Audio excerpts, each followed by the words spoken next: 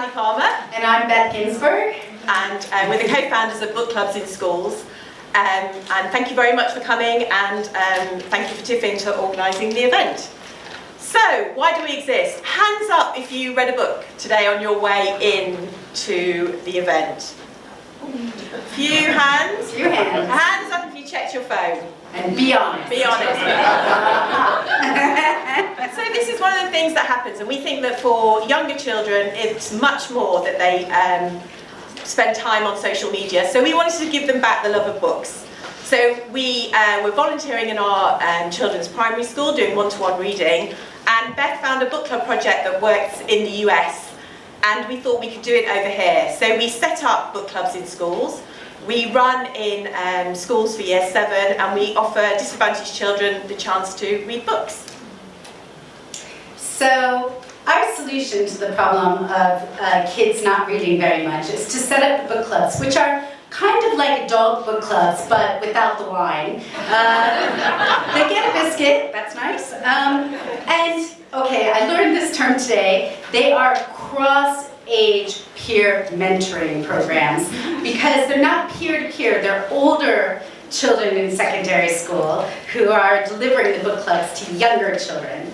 And basically, once the book club, our solution is that we get these kids together and they begin to talk. And what do they talk about? Well, first they have to sit down together and look each other in the eye, not on their phones. Secondly, they have to discuss a book and use evidence to prove their points from the book. They need to respond to what the others say and have their arguments address that. They need to learn how to debate, but still like each other and respect each other. And basically, they need to feel like it's their book club. It's not teaching, it's not assessments, it's not tests. It's just a bit of fun with the book and a group of people like them, older and younger, having fun. So how it works. So the school appoints a school coordinator who finds older students as book club leaders. We then train the leaders and the coordinator, and then they choose the book off our list, and we give them book club questions, and then they choose the year 7 book clubbers. And what's really important to us is that the school groups them by ability and social dynamics. And for the year 7s, it's not an optional project because we want to get the reluctant readers to come. It's not like a nice after-school activity for good readers. So we want to get them to come, and we also just want them to be enthusiastic about the book clubs. So that's how it basically works. And there's lots of benefits. There's benefits for the book clubbers themselves, year 7. They improve their soft skills. It encourages reading for pleasure, and they get an opportunity in the week to stop and read a book. But for the older children as well, we train them and they get facilitation and leadership skills. Often it's the first time they've volunteered. They can use it for D&V if the school runs it. They gain some organisational skills, and the other thing that we found out from one of our leaders is it helps with their patience. And for the schools themselves, they get the peer mentoring programme. It makes the school a reading school. It permeates throughout the whole school. There's increased participation in class, and it improves all their communication skills and those soft skills of taking turns and listening.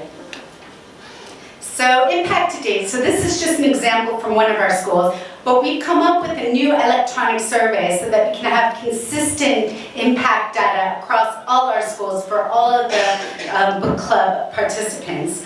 And just to say, we wanted to highlight something which we're very proud of as our impact highlight. And that is, if you see this number, 12.7% of UK students are categorized in some way of having special educational needs. Now, as I said before, we want to include all of year 7s in the book clubs.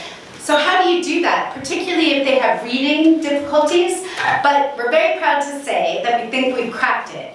What we did was we mixed the groups between ones who have reading difficulties and ones who don't, and they're all given the regular original book. But the ones who have reading difficulties, when they go out to read the book, are actually given audible books, audiobooks, and they can listen to the story to keep up with it, and then they come to the club and they can discuss it with the other, with all the others. So they don't feel stigmatized and they feel like part of a book club, which for a child who has reading difficulties is so fantastic. Okay, we've got a couple of stories. Ella, who was at risk of exclusion, was one of our leaders. She was absolutely fantastic with the clubs, and she's still in school doing her GCSEs. We're currently working in 25 schools. What we're asking for today is for some money, basically to clone us, so that we can work in Birmingham and in East London. We didn't intend to leave London so quickly, but the need's there. And we found that the schools outside of London are really keen to run the programme.